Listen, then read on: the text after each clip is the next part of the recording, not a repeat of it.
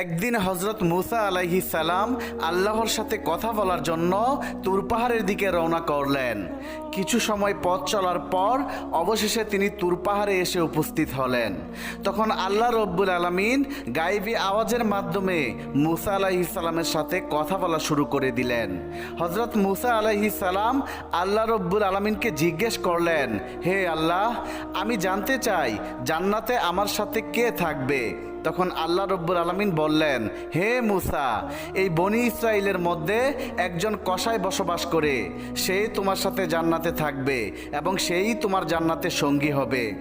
এবার হজরত মুসা আলাইহিস সালাম বিনয়ের সাথে আল্লাহ রব্বুল আলামিনের কাছে জানতে চাইলেন, হে আল্লাহ, আমাকে তুমি নবী করে পাঠিয়েছো, আমার সাথে তো থাকার কথা কোনো আল্লাহওয়ালা বুজুর্গ দরবেশ ব্যক্তি, আমার সাথে কসাই কেন জান্নাতের সঙ্গী হবে?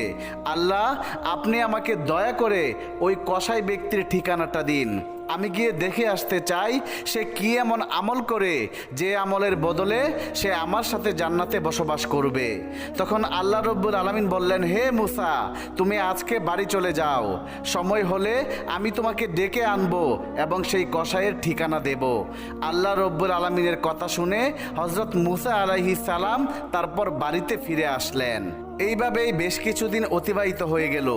একদিন আল্লাহর নবী মুসা কোনো এক জায়গায় সফর করার জন্য বাড়ি থেকে রওনা করলেন।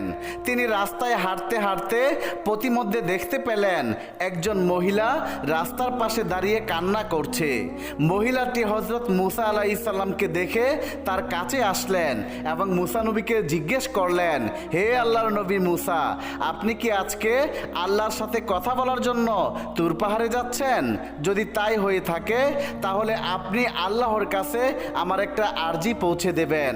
আপনি আপনার আল্লাহকে জিজ্ঞেস করবেন, আমার বিয়ের এত বছর হয়ে গেল, আল্লাহ রব্বুল আলামিন এখনো পর্যন্ত কেন আমাকে কোনো সন্তান সন্ততি দান করলো না? আমি জানতে চাই আমার কি এমন অপরাধ যার কারণে আমি আজও কোনো সন্তানের মুখ দেখতে পারলাম না। হে মুসা, আপনি আপনার আল্লাহকে জিজ্ঞেস করবেন আমার কোনো ভুল আছে কিনা, কোন ভুলের কারণে আমার এত বছর হয়ে গেল বিয়ের, এখনো পর্যন্ত আমি কোনো সন্তান কোলে নিতে পারলাম না। মহিলাটির এমন কথা শোনার পর হজরত মুসা আলাইহিস সালাম অবাক হয়ে গেলেন। তারপর তিনি ওই মহিলাকে বললেন, ঠিক আছে, আমি অবশ্যই আল্লাহ রব্বুল আলামিনের কাছে আপনার এই কথা জিজ্ঞেস করব। এই বলে মুসা নবী সামনের দিকে হাঁটতে শুরু করলেন।